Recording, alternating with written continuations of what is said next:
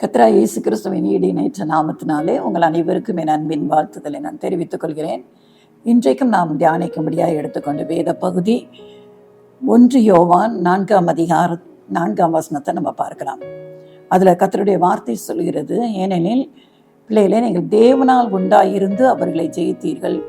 ஏனெனில் உலகத்தில் இருக்கிறவனிலும் உங்களில் இருக்கிறவர் பெரியவர் என்று சொல்லப்பட்டிருக்கிறது.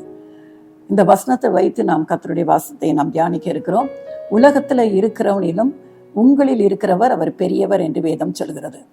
அதற்கு முந்தின 3ஆம் வசனத்தை நீங்கள் பார்ப்பீங்கன்னு சொன்னால் அதில் சொல்லப்பட்டிருக்கிறது, மாம்சத்தில் வந்த இயேசு கிறிஸ்துவை அறிக்கை பண்ணாத எந்த ஆவியும் அது தேவனால் உண்டானது அல்ல. நீங்கள் வருகிற என்று கேள்விப்படுகிற அந்தி கிறிஸ்துவின் ஆவியே அது இப்பொழுதும் உலகத்தில் கிரியை செய்கிறது என்று வேதம் சொல்கிறது. ஒருவேளை இயேசு கிறிஸ்து தேவனுடைய குமாரன், அவர் மாம்சத்தில் வெளிப்பட்டார் என்று யாரெல்லாம் விசுவாசியாமல் இருக்கிறார்களோ அவர்கள் யாருமே தேவனால் உண்டானவர்கள் அல்ல. இனி வரப்போகிற நாட்களில் அந்தி கிறிஸ்து என்கிற, அதாவது ஆண்டவருக்கு ஆப்போசிட், ஆன்டி என்று சொன்னால் ஆப்போசிட், அவருக்கு நேர் எதிர்மறையாக செயல்படுகிறவன் தான் அந்தி கிறிஸ்து. அந்த ஆவி ஒருவேளை இன்னுமே தான் அந்தி கிறிஸ்து வெளிப்பட போகிறான். ஆனால் அந்த அந்தி கிறிஸ்துவுக்குள்ள கிரியை செய்கிற ஆவி இன்றைக்கும் உலகத்தில் கிரியை செய்து கொண்டிருக்கிறத நம்ம பார்க்கிறோம். அப்படிப்பட்டவர்கள் ஆண்டவரை இயேசு கிறிஸ்துவை மாம்சத்தில் மனுஷனாக இந்த உலகத்தில் வந்த தேவாதி தேவனாகிய இயேசு கிறிஸ்துவை அவர்கள் அறிக்கை பண்ண மாட்டார்கள். அவர்கள் ஆண்டவர் என்று சொல்லி அவர்கள் அறிக்கை பண்ண மாட்டார்கள். அவர்கள் தேவனால் உண்டானவர்கள் அல்ல என்று வேதம் திட்டவட்டமாய் சொல்கிறது. அதனால்தான் யோவான் எழுதுகிறார், அப்படிப்பட்ட ஆவியை உடையவர்கள் உலகத்தில் இருக்கிறார்கள். ஆனால் அந்த உலகத்தில் இருக்கிற அந்த வஞ்சிக்கிற ஆவியை காட்டிலும் உங்களில் இருக்கிற ஆண்டவர் அவர் பெரியவராக இருக்கிறார் என்று சொல்லப்பட்டிருக்கிறது. நம்முடைய வாழ்க்கையில் நம்முடைய கர்த்தருடைய பிள்ளைகளாகி நமக்கு எப்பொழுதும் ஒரு நம்பிக்கை இருக்க வேண்டும். உலகத்தில் இன்றைக்கு வேதத்தில் பார்க்கிறோம், உலகத்தின் அதிபதி என்று சொல்லி பிசாசானவனை குறித்து சொல்லப்பட்டிருக்கிறது. ஆண்டவர் ஆதியிலே ஆதாமியும் ஏவாளையும் உருவாக்கும் போது தம்முடைய சாயலாகவே அவர் உருவாக்கினார் என்று பார்க்கிறோம். ஆனால் அவர்கள் என்றைக்கு அந்த ஏதேன் தோட்டத்தில் நன்மை தீமை அறியத்தக்க அந்த விருட்சத்தின் கனியை புசிக்க கூடாது என்று சொல்லி ஆண்டவர் சொன்ன அந்த கட்டளையை அவர்கள் என்றைக்கு மீறினார்களோ, பிசாசின் வார்த்தைக்கு செவி கொடுத்து பிசாசு அவர்களுக்குள்ள ஒரு சந்தேகத்தை உண்டு பண்ணான். தேவன் உங்களை இந்த தோட்டத்தில் உள்ள எல்லா கனிகளையும் புசிக்கக்கூடாது என்று சொன்னாரோ என்று சொல்லி ஒரு சந்தேகத்தை அவர்களுக்குள்ள உண்டாக்கி அவர்களை அந்த ஏவாளை அந்த கனியை புசிக்கும்படி வைத்து அதன் மூலம் மனுக்குலம் முழுவதும் கீழ்ப்படியாமை என்ற பாவத்தில் விழுந்து போனதை பார்க்கிறோம். கர்த்தர் எல்லா சிருஷ்டிகளின் மேலும் மனுஷனுக்கு அவர் அதிகாரம் கொடுத்திருந்தார். 6ஆம் நாளிலே சிருஷ்டிப்பின் மகுடமாய் மனுக்குலத்தை மனுஷனை அவர் உண்டாக்கி எல்லாவற்றையும் நீங்கள் ஆண்டு கொள்ளுங்கள், உலகத்தில் நீங்கள் பழுகி பெருகுங்கள் என்று சொல்லி ஒரு பெரிய ஆசீர்வாதத்தையும் அவர்களுக்கு கொடுத்தார். ஆனால் கர்த்தர் தனக்கு கொடுத்த அந்த ஆளுகையை கீழ்ப்படியாமை என்கிற ஒரு பாவத்தினாலே என்றைக்கு ஆதாம் இழந்து போனானோ அன்றைக்கு அந்த ஆளுகை பிசாசின் கையில் வந்து விட்டது. அவன்தான் உலகத்தின் அதிபதி என்று சொல்லப்படுகிறவன். அதை தான் இயேசு கிறிஸ்து ஒரு அந்த தன்னுடைய கல்வாரி சிலுவையின் மரணத்திற்கு முன்பாக சொல்கிறார், இந்த உலகத்தின் அதிபதி என்னிடத்துல வருகிறான், அவனுக்கு என்னிடத்துல ஒன்றுமில்லை என்று சொல்கிறார். அதாவது அவன் என்னிடத்துல குற்றம் கண்டுபிடிக்க, என்னிடத்துல ஏதாவது பாவம் உண்டு என்று சொல்லி என்னிடத்துல குற்றம் கண்டுபிடிக்கிறதுக்கு அவனுக்கு என்னிடத்துல ஒன்றுமில்லை என்று சொல்கிறார். இந்த உலகத்தில் இன்றைக்கும் அநேகர் அந்த பிசாசினால் வஞ்சிக்கப்பட்டு, அதாவது வஞ்சிக்கிற ஆவிகளுக்கு இடம் கொடுத்து இன்னைக்கு அநேக மக்கள் அவனுடைய பிரதிநிதிகளாய் வாழ்ந்து கொண்டிருக்கிறத பார்க்கிறோம். ஆனால் அப்படிப்பட்ட மனிதர்கள் ஆண்டவராகிய இயேசு கிறிஸ்துவை ஒரு காலும் அவர் ஆண்டவர் என்று ஏற்றுக்கொள்வதே கிடையாது. அது தேவன் என்று சொல்லி அவர்கள் ஏற்றுக்கொள்வதே கிடையாது. அப்படிப்பட்ட ஆவிகள் இன்றைக்கு அநேகருக்குள்ள கிரியை செய்து கொண்டிருக்கிறத பார்க்கிறோம். ஆனால் யோவான் நமக்கு ஒரு பலத்தை கொடுக்கிறார், தைரியத்தை கொடுக்கிறார். நீங்கள் அப்படிப்பட்ட யாருக்கும் நீங்கள் பயப்பட வேண்டிய தேவையில்லை. ஏனால் அந்த உலகத்தில் இருக்கிற அந்த ஆவியை காட்டிலும், உலகத்தில் இருக்கிற அவனை காட்டிலும் நமக்குள்ள இருக்கிற இயேசு அவர் பெரியவராக இருக்கிறார். நமக்கு எப்பொழுதுமே ஒரு நம்பிக்கை இருக்க வேண்டும், ஒரு தைரியம் இருக்க வேண்டும். இன்னைக்கு அநேகர் எந்த சிறு காரியமாக இருந்தாலும் அது மந்திரமாக இருக்குமோ, செய்வினையாக இருக்குமோ, வில்லிசனியமாக இருக்குமோ என்று சொல்லி, அவர்கள் எனக்கு ஏதாவது செய்திருப்பார்களோ என்று சொல்லி அநேக காரியங்களை குறித்து பயப்படுகிறார். பயப்பட வேண்டாம். நீங்கள் தேவனுடைய பிள்ளைகளாக இருக்கிற பட்சத்தில் அந்த உலகத்தில் இருக்கிறவனை காட்டிலும் எனக்குள்ளும் உங்களுக்குள்ளும் இருக்கிற நம் ஆண்டவராகிய இயேசு கிறிஸ்து அவர் பெரியவராக இருக்கிறார். எல்லா நாமத்திற்கும் மேலான இயேசு என்கிற நாமத்தை உடைய அவர் எல்லாரை காட்டிலும் பெரியவனாக இருக்கிறார். அவர் ஒருவரே தேவன் என்பதை நாம் அறிந்திருக்கிறோம். வேதம் சொல்கிறது, ஒரு நாள் வரப்போகிறது, முழங்கால் யாவும் இயேசு கிறிஸ்துவுக்கு முன்பாக முடங்கும் என்று சொல்லப்பட்டு இருக்கிறது. எல்லா நாவுகளும் இயேசுவை கர்த்தரென்று அறிக்கை பண்ணோம். ஒருவேளை இன்றைக்கு அந்த கிறிஸ்துவின் நாவுகள் இயேசு கிறிஸ்துவை தேவன் என்று அறிக்கை பண்ணாமல் இருக்கிறது. ஆனால் ஒரு நாளில் இந்த உலகம் முழுவதும் காணப்போகிறது அவர்தான் ஆண்டவர் என்று சொல்லி, அவர்தான் நம்மை ரட்சிக்கிறவர் என்று சொல்லி அன்றைக்கு எல்லா நாவுகளும் இயேசுவை கர்த்தர் என்று அறிக்கை பண்ணும் என்று சொல்லப்பட்டிருக்கிறது. அந்த இயேசு கிறிஸ்துவின் ஆவியானவர் நமக்குள்ள இருக்கிறார். அவர் எல்லாரை காட்டிலும் பெரியவர். நமக்கு எவ்வளவு பெரிய ஸ்லாக்கியத்தை கர்த்தர் நமக்கு கொடுத்திருக்கிறார் அல்லவா? அதனால பயப்பட வேண்டாம். உலகத்தில் இருக்கிறவனிலும் பயப்படும்படியான சூழ்நிலைகள் உங்களுக்கு வரும் என்று சொன்னால் இந்த வார்த்தையை நீங்கள் தைரியமாய் அறிக்கை பண்ணுங்கள். உலகத்தில் இருக்கிற பிசாசை காட்டிலும் உலகத்தில் இருக்கிற எந்த விதமான ஆவிகளை குறித்தும் எனக்கு பயம் இல்லை.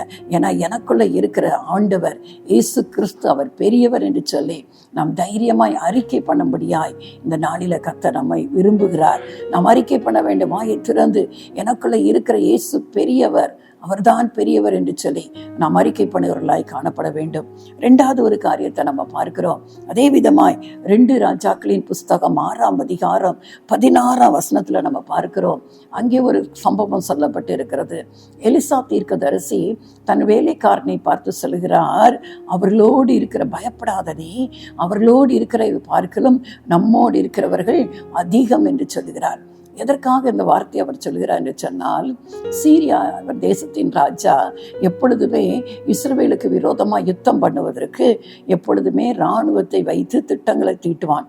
இந்த இடத்துல போய் நாம் பாளையம் இறங்கினால் இஸ்ரவேல் ஜனங்களை நாம் தோற்கடித்து விடலாம் என்று சொல்லி அடிக்கடி இந்த சீரிய ராஜா இஸ்ரவேலுக்கு விரோதமாக யுத்தம் பண்ணுவதற்காக இப்படிப்பட்ட திட்டங்களை அவன் வகுப்பது உண்டு. ஆனால் ஒவ்வொரு முறையும் அவன் இந்த திட்டங்களை வகுக்கும் போது இஸ்ரவேல் ராஜாவுக்கு எலிசா தீர்க்கதரிசி என்ன சொல்லி விடுவார், கர்த்தருடைய தீர்க்க தரிசனமாய் அவருக்கு அறிவிக்கப்படுகிறபடினாலே இஸ்ரவேல் ராஜாவுக்கு அவர் ஆள் அனுப்பி சொல்லி விடுவார், சீரியா ராஜா உமக்கு விரோதமாய் இந்த இடத்துலலாம் பாளையம் இறங்கி இருக்கிறார், அதனால நீர் அங்கே போக வேண்டாம் என்று சொல்லி அவருக்கு ஆலோசனை சொல்லி கொடுப்பார். எப்பொழுதுமே இஸ்ரவேலின் ராஜா எலிசா தீர்க்கதரிசியின் வார்த்தைக்கு கட்டுப்பட்டு அந்த இடங்களுக்கு ஆட்களை அனுப்பி அது உண்மைதானா என்று கண்டு அறிவார். அது அப்படியே இருக்கிற பட்சத்தில் அவர் இப்படி ஒவ்வொரு முறையும் தன்னை காத்து கொள்வது உண்டு. இது அந்த சீரியா ராஜாவுக்கு ஒரு பெரிய குழப்பத்தை உண்டாக்கினது. என்ன ஒவ்வொரு முறையும் நாம் செய்கிற திட்டங்கள் எல்லாம் எப்படி அந்த இஸ்ரவேலின் ராஜாவுக்கு தெரிந்து விடுகிறது? ஒருவேளை நமக்குள்ளே யாரோ ஒருவர் ஒற்றராக இருந்து செயல்படுகிறார்களோ, நாம் இங்கே எடுக்கிற தீர்மானங்கள், திட்டங்கள், பிளான் எல்லாம் போய் இஸ்ரவேலின் ராஜாவிடத்தில் யாரோ போய் தகவல் சொல்லி விடுவார்கள், உளவாளி யாரோ நமக்குள்ளே இருக்கிறார்கள் என்று சொல்லி சீரியா ராஜாவுக்கு ஒரு குழப்பம் உண்டாயிற்று. அதனால அவன் யோசிக்கிறார்கள், யார் நமக்குள்ள அப்படி ஒரு உளவாளி இருக்கிறான் என்று சொல்லி. அப்பொழுது அங்கு இருக்கிறவர்கள் சொல்லுகிறார்கள், இல்லை ராஜாவே, நமக்குள்ள இருந்து யாருமே அங்கே போய் உளவு சொல்வது கிடையாது. அங்கே ஒரு தீர்க்கதரிசி இருக்கிறார். இஸ்ரவேல் தேசத்துல ஒரு தீர்க்கதரிசி இருக்கிறார். நீங்க ராஜா உங்க படுக்கையில நீங்க பேசுகிற காரியத்தை கூட அந்த தீர்க்கதரிசி எல்லாவற்றையும் சொல்லி விடுவார் என்று சொல்லி எலிசா தீர்க்கதரிசியை குறித்து அந்த சீரிய இராணுவத்தினர் உள்ளவர்கள் அந்த சீரிய ராஜாவுக்கு சொல்லுகிறத பார்க்கிறோம். உடனே அந்த சீரிய ராஜா சொல்கிறான், இந்த தீர்க்கதரிசி இருப்பதினால தானே இந்த இஸ்ரவேல் ராஜா ஒவ்வொரு முறையும் தன்னை தப்புவித்துக் கொள்கிறான் என்று சொல்லி எலிசா தீர்க்கதரிசியை பிடித்து வரும்படியாய் ஆட்களை அனுப்புகிறான். ஒரு இராணுவத்தையே அனுப்புகிறான். குதிரை ரதங்கள் நிறைந்த இராணுவம் வந்து அவன் எங்கே இருக்கிறான் என்று கேட்டு அறிகிறான். அவன் தோத்தான் என்கிற ஒரு இடத்துல இருக்கிறத அவன் கண்டு அறிந்து கொண்டு அவன் என்ன செய்கிறான், அந்த தோத்தானுக்கு தன்னுடைய இராணுவத்தை அனுப்புகிறான். அந்த தோத்தானில வந்து அந்த இராணுவம் முழுவதும் எலிசா குடியிருக்கிற அந்த இடத்தை சுற்றி அவர்கள் முற்றுகை போட்டு எலிசாவை பிடிக்க வருகிறார்கள். காலமே எலிசாவின் வேலைக்காரன் வெளியே வந்து பார்க்கிறான். அந்த மலையை சுற்றிலும், அந்த இடத்தை சுற்றிலுமே ரதங்கள், குதிரைகள் எல்லாம் வந்து நிற்கிறது. உடனே அவன் பயந்து போகிறான். போயின ஆண்டவனே என்று சொல்லி எலிசாவிட்ட போய் சொல்லுகிறான், இவர்கள் எல்லாரும் இங்கே வந்து நிற்கிறார்கள் என்று சொல்லி. அப்போ எலிசா என்ன சொல்கிறார் தெரியுமா? நீ பயப்படாதே. அப்போதான் இந்த வார்த்தையை சொல்கிறார், அவர்களோடு இருக்கிறவர்களை பார்க்கலும் நம்மோடு இருக்கிறவர்கள் அநேகர் என்று சொல்கிறார்கள். ஆண்டவர்கிட்ட விண்ணப்பம் பண்ணுகிறார் எலிசா தீர்க்கதரிசி, இந்த வேலைக்காரனுடைய கண்களை நீங்க திறங்க. கண்களை என்னன்னு சொன்னால், ஒருவேளை நம்ம பார்க்கிற மாம்ச கண்கள் அல்ல, உள்ளுக்கு இருக்கிற அந்த ஆவிக்குரிய கண்களை திறந்து இவன் பார்க்கும்படி செய்யுங்க என்று சொல்லி ஆண்டவரிடத்துல அவர் விண்ணப்பம் பண்ணுகிறார். கர்த்தர் அந்த வார்த்தையை கேட்டு அந்த வேலைக்காரனுடைய கண்களை திறந்தார். அந்த வேலைக்காரனுடைய கண்களை திறந்த போது அவன் பார்க்கிறான், எலிசாவை சுற்றிலும் அக்னிமயமான குதிரைகளும் ரதங்களும் அதை மலை முழுவதையும் சூழ்ந்திருக்கிறத அவர் பார்க்கிறார். உடனேதான் அவருக்கு ஆச்சரியம் உண்டாகிறது. ஒருவேளை அந்த சீரிய ராஜா அனுப்புனது வெறும் ரதங்களும் குதிரைகள் தான். ஆனால் கர்த்தராகிய தேவாதி தேவன் தம்முடைய தீர்க்கதரிசிக்காக அவர் அனுப்பின தேவ சேனை எது தெரியுமா? அக்னிமயமான ரதங்களும் குதிரைகளும் எலிசா இருந்த இடத்தை சுற்றிலும் இருக்கிறத கண்டுகிறான். அப்பொழுதுதான் அவனுக்கு உண்மை புலப்பட ஆரம்பிக்கிறது. உடனடியாக ராஜாவின் இடத்துல சொல்கிறான், நம்ம இவர்கள் எல்லாம் வெட்டி போட்டு விடுவோமா என்று சொல்கிறான். உடனே ராஜா சொல்கிறார், வேண்டாம், நம்மிடத்துல வந்தவர்களை நம்ம அதை செய்யக்கூடாது அப்படி என்று சொல்லி ஆண்டவரிடத்துல விண்ணப்பம் பண்ணுகிறார். இவர்களுக்கு கண் மயக்கம் உண்டாகும்படி செய்யும் என்று சொல்லி. வந்தவர்கள் எல்லாருக்கும் கண் மயக்கம் உண்டாகிறது. அவர்களால் பார்க்க முடியவில்லை. ஒருவேளை தெளிவாக யார் என்று அவர்களால் பார்க்க முடியவில்லை. அவங்க வந்து கேட்கிறார்கள். எலிசாவிட்ட வந்தோடனே எலிசா அவர்களை பார்த்து சொல்கிறார், நீங்கள் தேடுகிற மனுஷனை நான் உங்களுக்கு காண்பிப்பேன் என்று சொல்லி அவர்களை அப்படியே அழைத்து கொண்டு போய் இஸ்ரவேலின் ராஜாவின் இடத்திலேயே அவர்களை விட்டு விடுகிறான். இஸ்ரவேலின் ராஜாவின் இடத்துல விட்டவுடன் திரும்பவுமாக அவன் விண்ணப்பம் பண்ணுகிறான், ஆண்டவரே இவருடைய கண்களை திறந்துள்ளோம் என்று சொல்லி. அவர்கள் அப்போதான் அவருடைய கண் மயக்கத்திலிருந்து விடுபட்டு திறந்து பார்க்கும்போது அவர்கள் சமாரியாவின் நடுவில் இருக்கிறத கண்டு கொண்டுகிறார்கள். உடனே இஸ்ரவேலின் ராஜா சொல்கிறார், என் தகப்பனே நாம் இவர்களை வெட்டி போட்டு விடுவோமா என்று சொல்லி. ஆனால் எலிசா சொல்கிறார், நீங்கள் உங்களுடைய பட்டயத்தினாலும் வில்லினாலும் சம்பாதித்தவர்களை நீங்கள் ஒரு நாள் வெட்டி போட மாட்டீர்கள் அல்லவா? நீங்கள் இவங்களுக்கு நல்லா சாப்பாடு கொடுத்து அனுப்பி விடுங்கள் என்று சொல்லி உடனடியாக அவனை எலிசாவை பிடிக்க வந்த அத்தனை பேருக்கும் ராஜா, இஸ்ரவேலின் ராஜா ஒரு பெரிய விருந்து செய்து அவர்களை சமாதானத்தோடு அனுப்பி விடுகிறான். இந்த செயல்களின் நிமித்தம் சீரியா ராஜா திரும்ப இஸ்ரவேலின் மேல படையெடுக்காமல் தேசம் அமைதலாக இருந்தது என்று சொல்லி 2 ராஜாக்களின் புஸ்தகத்துல நம்ம 6ஆம் அதிகாரத்துல இதை பார்க்கிறோம். அப்போ நமக்கு ஒவ்வொரு நாளும் நம்மை சுற்றிலும், ஒருவேளை பழைய ஏற்பாட்டு தீர்க்கதரிசி ஆகிய எலிசாவை சுற்றிலும் கர்த்தர் அக்னிமயமான ரதங்களும் குதிரைகளையும் வைத்திருப்பார் என்று சொன்னால், இயேசு கிறிஸ்துவின் ரத்தத்தினால கழுவப்பட்டு நீதிமான்களாக்கப்பட்டிருக்க நம்ம ஒவ்வொருவருக்கும் கர்த்தர் அப்படிப்பட்ட ஒரு பாதுகாப்பை வைத்திருக்கிறார். நீங்கள் யாரை கண்டு நீங்கள் பயப்பட வேண்டிய தேவையில்லை. அவர்கள் நமக்கு விரோதமாக யுத்தம் பண்ணதான் செய்வார்கள், நமக்கு விரோதமாக விளிம்பி வரதான் செய்வார்கள். ஆனால் நம்மோடு இருக்கிறவர்கள் அநேகராக இருக்கிறார்கள். உனக்கு விரோதமாய் உருவாக்கப்படும் எந்த ஆயுதமும் வாய்க்காதே போகும் என்று வேதம் சொல்கிறது. இன்றைக்கும் இதை கேட்டுக்கொண்டிருக்கிற தேவ பிள்ளைகளே, யாரை குறித்தோ பயந்து கொண்டிருக்கிறீர்களோ, உங்களை பகைக்கிறவர்களை குறித்து உங்களுக்குள்ள பயம் உண்டாகிறதோ, யாரோ நமக்கு விரோதமாய் எழும்பி வந்து விடுவார்களோ என்று பயந்து கொண்டிருக்கிறீர்களோ, அவர்களிடத்துல பணபலன் இருக்கிறது, ஆள் பலன் இருக்கிறது, அரசியல் பலன் இருக்கிறது, அவர்களுக்கு முன்பாக நான் எப்படி நிற்க முடியும் என்று சொல்லி நீங்கள் தகைத்து கொண்டிருக்கிறீர்களா? பயப்பட வேண்டிய தேவையில்லை. ஒருவேளை அவர்களிடத்துல அந்த உலகத்தில் இருக்கிற மனுஷ பலன் தான் இருக்க முடியும். ஆனால் என் கூட உங்க கூடயும் இருப்பது பரலோக தேவனின் சேனை நம்மோடு கூட இருக்குது. நமக்காக அவர் யுத்தம் பண்ணுகிற தேவனாய் இருக்கிறார். அவர் நம்முடைய சத்துருக்களை நம்முடைய கையில ஒப்புக் கொடுக்கிற தேவனாய் இருக்கிறார். அதனால யாராவது இப்படிப்பட்ட சூழ்நிலை நீங்கள் கேட்டுக்கொண்டிருப்பீர்கள் என்று சொன்னால், இன்றைக்கு இந்த வார்த்தையின் மூலம் கர்த்தர் உங்களோடு பேசுகிறார். அவர்களோடு இருக்கிறவர்களை பார்க்கிறோம், நம்மோடு இருக்கிறவர்கள் பெரியவராய் இருக்கிறார். அவர் பெரியவர். அவர்களோடு இருக்கிறவர்களை பார்க்கிற ஜனங்களை காட்டிலும் நம்மோடு இருக்கிற அந்த ஜனக்கூட்டம், அந்த தேவ சேனை அது அதிகமாக இருக்கிறது.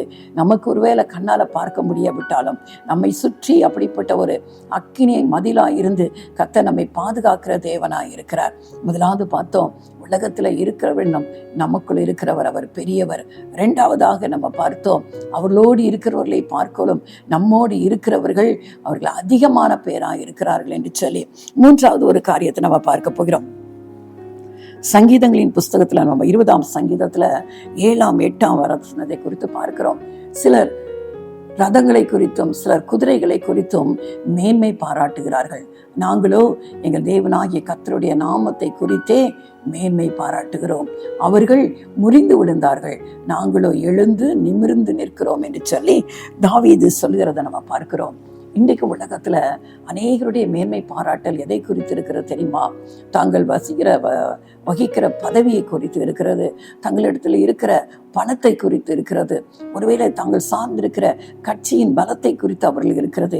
இதெல்லாம் குறித்து அவர்கள் மேன்மை பாராட்டுவார்கள். நீங்க நிறைய பேர் கூட பேசும்போது பார்த்துருக்கலாம், எனக்கு அவங்கள தெரியும், இவங்கள தெரியும், என்கிட்ட இவ்வளவு காரியங்கள் இருக்கிறது, யார் என்னை எதிர்க்க முடியும் என்று சொல்லி அநேகர் இப்படி தங்களை குறித்தே பெருமையாக பேசுவதை, உலகத்தின் காரியங்கள் தங்களிடத்துல இருக்கிறபடியினாலே இப்படி பெருமையாய் பேசுகிற அநேகரை பார்க்கிறோம்.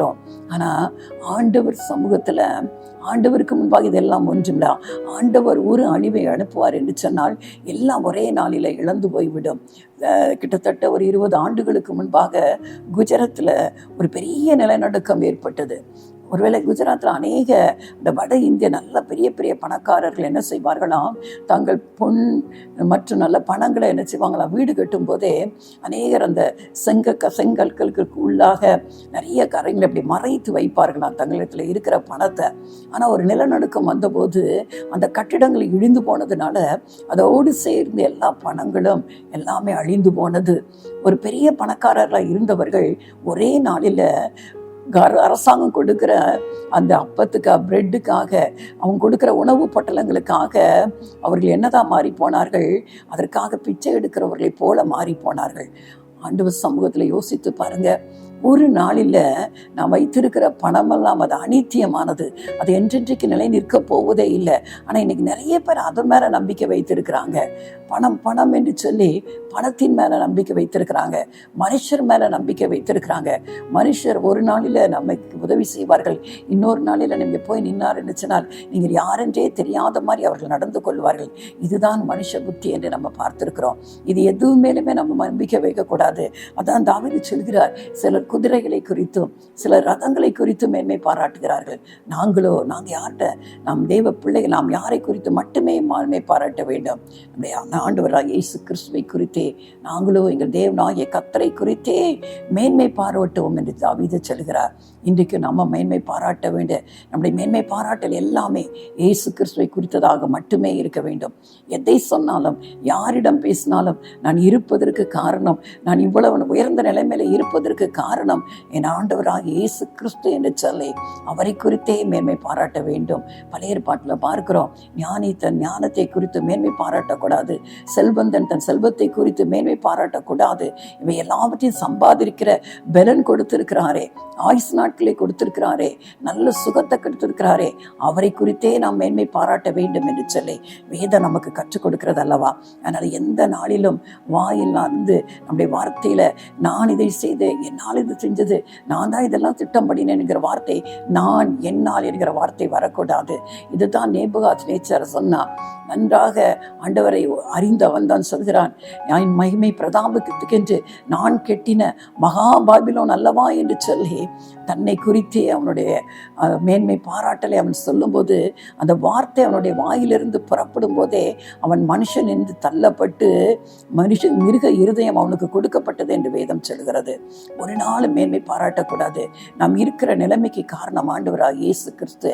அவரை நம்பி இருக்கிறபடியினாலே தான், அவரையே நாம் சார்ந்து வாழ்ந்து கொண்டிருக்கிறபடியினால்தான் எல்லா காரியத்திலும் அவர் எனக்கு செய்வார் என்று சொல்லி அவர் மேல நம்ம விசுவாசம் வைத்திருக்கிறபடியினால்தான் நாம் இன்றைக்கு இந்த நிலையில இருக்கிறோம். அதனால ஆண்டவர் சமூகத்துல ஒரு நாளும் மற்ற எந்த காரியத்தை குறித்து நாம் மேன்மை பாராட்டக்கூடாது. அதனால்தான் அவர் சொல்றாரு, தாவீது சொல்கிறார், அப்படி மேன்மை பாராட்டினவர்கள் எல்லாரும் முறிந்து அவர்கள் விழுந்து போனார்கள் என்று சொல்லி. ஒரு நாளில் அவர்கள் எங்கே இருக்கிறார்கள் என்றே தெரியாதபடி விழுந்து போகிற ஒரு நிலைமை.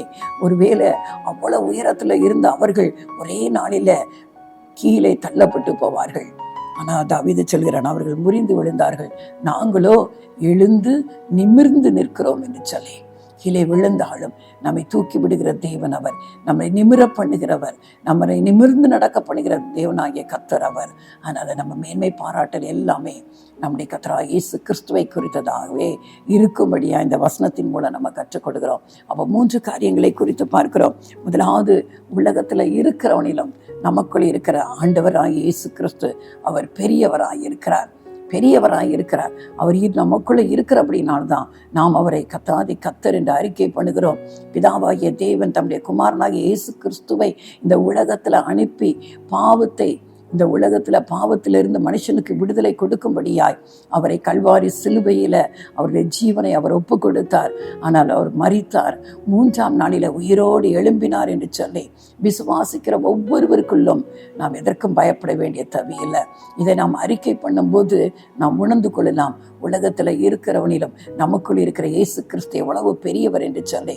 2வது பார்க்கிறோம், ஒரு பெரிய சேனை நமக்கு விரோதமாய், சேனையை போன்ற மக்கள், பெருங்கூட்ட மக்கள் நமக்கு விரோதமாய் எழும்பினாலும் ஒருவேளை நம்முடைய கண்கள் திறக்கப்படும் என்று சொன்னால் நம்மை சூழ நிற்கிற பரலோக சேனையை நம்மளால பார்க்க முடியும்.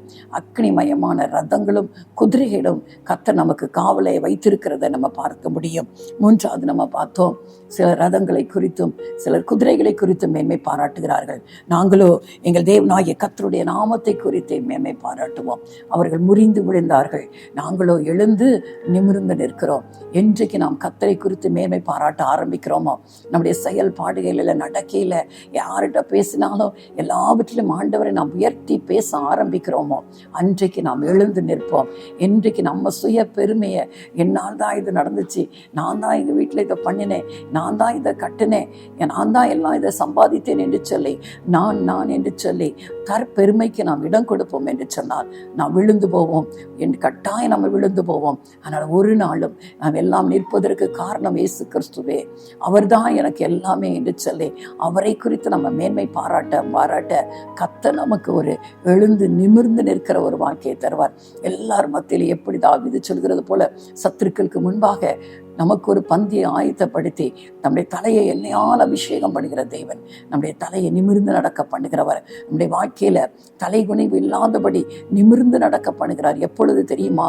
ஆண்டவராகிய இயேசு கிறிஸ்துவை நாம் மேன்மைப்படுத்த முடியும். ஒருவேளை இதை கேட்டுக்கொண்டிருக்கிற அன்பு பிள்ளைகளே, ஒருவேளை எல்லாவற்றையும் நீங்கள் இழந்து நிற்கிறீர்களோ, ஒருவேளை உங்கள் வாழ்க்கையில பெருமையை நிமித்தம் எல்லாவற்றையும் நீங்கள் இழந்து போயிருக்கிறீர்களோ, இன்றைக்கு தேவ சமூகத்தில் உண்மையை கூப்பிடுங்க. ஆண்டவரே, நான் செய்தது தவறு, நான் பேசினது தவறு, என்னை குறித்தே நான் மேன்மை பாராட்டு கொண்டேன். அப்படிப்பட்ட ஒரு சுயநீதி எனக்குள்ள இருந்தது. மற்றவர்களை பார்க்கும்போது அவர்களை காட்டில நான் எவ்வளவு மேன்மை உள்ளவேன் என்று சொல்லி எனக்குள்ள ஒரு பெருமை இருந்தது அல்லவா? ஆண்டவர், இன்னைக்கு அதை நிமித்தம் என் வாழ்க்கையில எத்தனையோ காரியங்களை நான் இழந்து விட்டேன் என்று சொல்லி இருக்கிறீர்களோ, இன்றைக்கு உங்களை ஒப்பு கொடுங்க. ஆண்டவரே, என்னுடைய ஆண்டவர் அந்த பெருமை, ஆண்டவரே நான் உணர்ந்து கொள்கிறேன், அப்பா என்னை மன்னித்து விடுங்க என்று சொல்லி தேவ சமூகத்துல எல்லாவற்றிலும் ஆண்டவரே நாங்கள் உங்களை மட்டும்தான் உயர்த்தனோம்ப்பா. நான் வாழ்ந்திருக்கிறது உங்க கிருபாப்பா, உயிரோடு இருக்கிறது உங்க கிருபை ஆண்டவரே, இந்த உயர்ந்த நிலைமையில இருப்பதும் உங்க கிருபை என்று சொல்லி அவரை நாம் உயர்த்தும் போது கர்த்தர் நமக்கு ஒரு உயர்வான வாழ்க்கையை கொடுக்க வல்லவராக இருக்கிறார். அப்படியே நம்ம தலைகளை தாழ்த்து ஆண்டவர் சமூகத்துல நம்மை ஒப்பு கொடுப்போமா? உலகத்துல இருக்கிறவனிலும் நமக்குள் இருக்கிற ஆண்டவர் பெரியவர். உலகத்துல இருக்கிறவனை காட்டிலும், அவர்களோடு இருக்கிறவர்களை காட்டிலும் ஒருவேளை ஒரு பெருங்கூட்டம் நம்மை விரோதிக்கிற ஒரு பட்சத்தில் இருக்கலாம். அவங்க நினைப்பாங்க, இவங்களுக்கு யார் இருக்கா? ஒருத்தரும் கிடையாது, இவங்க தனி மனிதனான் இருக்கிறார் என்று சொல்லி அவர்கள் ஒருவேளை நம்மை குறித்து அவர்கள் கேலியாக கூட நினைக்கலாம். ஆனால் அவர்களுக்கு தெரியாது நமக்கு இருக்கிற பலன் எந்த பலன் என்று சொல்லி. பரலோகமே நமக்கு பக்கத்துணையாய் நிற்கிறது. நம்மை சுற்றி கர்த்தர் அக்னிமயமான ரதங்களினாலும் குதிரைகளாலும் அவர் நம்மை சூழ வைத்திருக்கிறார். இன்றைக்கு நீங்கள் இருக்கிற சூழ்நிலையில் யாரோ உங்களுக்கு விரோதியாக எழும்பி இருக்கிறார்களோ, உங்களை அழித்து விடுவேன் என்று வந்து கொண்டிருக்கிறார்களோ, தங்களுடைய பண பலம், அதிகார பலன், அரசியல் பலத்தை வைத்து உங்களை மிரட்டி கொண்டிருக்கிறார்களோ, பயப்படாதீங்க. அவங்களோடு இருக்கிறவர்களை காட்டிலும் உங்களோடு இருக்கிற நம்முடைய ஆண்டவராகிய இயேசு கிறிஸ்து நமக்கு வைத்திருக்கிற அந்த பரலோக சேனை நமக்கு துணை நிற்கும்படியாய் கர்த்தர் நமக்காக வைத்திருக்கிறார். ஒருவேளை நம்முடைய மாம்ச கண்களால் அதை காணக்கூடாமல் இருந்தாலும் நமக்குள்ள அந்த விசுவாசம் இருக்க வேண்டும். நம்மை சுற்றி கர்த்தர் அப்படிப்பட்ட ஒரு காரியத்தை வைத்திருக்கிறார். அப்படியாய் இந்த நாளில நம்முடைய வாயின் வார்த்தைகள் ஒவ்வொன்றிலும் ஆண்டவராகிய இயேசு கிறிஸ்துவை மேன்மை பாராட்டுவோம். அவர் நிமித்தம் தான் நான் இப்படி இருக்கிறேன் என்று சொல்லி ஒவ்வொரு காரியத்தின், பிள்ளைகள் காரியமாக இருக்கலாம், வேலை காரியங்களாக இருக்கலாம், நான் பணிபுரிகிற இடமாக இருக்கலாம், எந்த உயர்வாக இருந்தாலும் இது என்னால் உண்டானது அல்ல, எனக்காக ஜீவன் கொடுத்த என் அன்பின் இயேசு கிறிஸ்துவனால உண்டானது என்று சொல்லி அவரை குறித்து நம்ம மேன்மை பாராட்டும் போது கர்த்தர் இன்னும் நம்மை உயர்த்துகிறார். அப்படி இல்லாத பட்சத்தில் நம்ம இழந்து போகிற ஒரு சூழ்நிலைக்கு தள்ளப்படுகிறோம். இன்றைக்கு அது நமக்கு ஒரு எச்சரிப்பாக இருக்கட்டும். அப்படியா நாம் கண்களை மூடுவலாமா? பரலோகத்தின் நல்ல தகப்பனே, ஆசீர்வாதமான இந்த வேலைக்காக உமக்கு நாங்கள் நன்றி செலுத்துகிறோம் அப்பா. நாங்கள் கேட்ட தேவ சத்தியத்தின்படி ஆண்டவரே, உலகத்தில் இருக்கிற ஆண்டவரே பிசாசு, வஞ்சிக்கிற ஆவி, இப்படிப்பட்ட அநேகதை குறித்து ஆண்டவரே எங்களில் இருக்கிற, எங்களுக்குள்ள வாசமாக இருக்கிற ஆண்டவர் நீங்கள் பெரியவர் அப்பா. இன்றைக்கும் ஆண்டவரே ஒவ்வொருவருக்கும் ஆண்டவரே அந்த தைரியத்தை நீங்கள் வைங்க ஆண்டவரே. அது மட்டுமல்ல ஆண்டவரே, விரோதமாய் வருகிற ஆண்டவரே ஏதோ ஒரு காரியத்திற்காக பயந்து கொண்டிருக்கிற ஒவ்வொருவருக்கும் ஆண்டவரே, அன்றைக்கு எலிசாவின் வேலைக்காரனுடைய கண்களை திறந்து ஆண்டவரே அப்பா, உலகத்தில் இருக்கிற அவர்களோடு இருக்கிற விரோதமாய் வருவர்களை கூட இருக்கிற கூட்டத்தை காட்டிலும் ஆண்டவரே எங்களுக்காக நீங்கள் வைத்திருக்கிற பாதுகாப்பு எவ்வளவு பெரிதென்று சொல்லி அவர்கள் காணும்படியாக கர்த்தாவே, இன்றைக்கு ஆண்டவரே அவர்களுக்குள்ள அந்த விசுவாசம் பெருக்கெடுத்து ஓடட்டும் ஆண்டவரே. அது மட்டுமல்ல, ஒருவேளை தங்களுடைய சுய பெருமையினாலே ஆண்டவரே, தங்களையே மேன்மைப்படுத்துவதனாலே ஆண்டவரே அநேகரை இழந்து இருக்கலாம் ஆண்டவரே. இந்த நாளிலும் அப்பா எங்கள் தவறுகளை நீங்கள் மன்னித்து ஆண்டவரே, எல்லாவற்றிலும் ஆண்டவரே உங்களை மட்டுமே மேன்மைப்படுத்தி வாழ உதவி செய்யுங்கப்பா. அவர்கள் ஆண்டவரே குதிரைகளை குறித்து மேன்மை பாராட்டினாங்கள், ரதங்களை குறித்து மேன்மை பாராட்டினாங்கள், ஆனால் முறிந்து விழுந்து போய்விட்டார்கள். நாங்களோ எங்கள் தேவனாகிய கர்த்தராகிய இயேசு கிறிஸ்துவை குறித்தே நாங்கள் மேன்மை பாராட்டுவோம். அது நிமித்தம் நாங்கள் எழுந்து நிற்போம் என்கிற ஒரு ஆழமான விசுவாசத்தை ஆண்டவரே இதை கேட்டுக்கொண்டிருக்கிற ஒவ்வொரு பிள்ளைகளுக்கும் வைத்து ஆண்டவரே உங்களை மட்டுமே சார்ந்து வாழ உதவி செய்யுங்க ஆண்டவரே. தகப்பனே, இந்த வார்த்தையை கேட்டுக்கொண்டிருக்கிற ஆண்டவரே, கண்ணீரின் பள்ளத்தாக்களை யார் சென்று கொண்டிருந்தாலும் தேவியின் பள்ளத்தாக்களை போய் கொண்டிருப்பார்கள் என்று சொன்னால் அவர்கள் கண்ணீர்கள் யாவும் துடைக்கப்படட்டும் ஆண்டவரே. அவங்களுடைய கர்த்தாவே வருத்தத்திற்கு பதிலாக ஆண்டவரே சந்தோஷமும் சமாதானத்தை கட்டளையிடுங்கப்பா. இந்த நாளிலே ஒரு அற்புதம் அவருடைய வாழ்க்கையில் நடைபெறும்படியாக அவங்க கரத்தில் ஒப்பு கொடுக்கிறேன் ஆண்டவரே. கர்த்தர் நீங்கள் அப்படியே செய்கிற கிருபைக்காக ஸ்தோத்திரம் ஆண்டவரே. ஒவ்வொருவரையும் கர்த்தர் ஆசீர்வதித்துங்கப்பா, ஆசீர்வதித்து பலப்படுத்துங்க. இயேசு ரட்சக நாமத்தில் ஜெபிக்கிறேன் நல்ல பிதாவே, ஆமென்.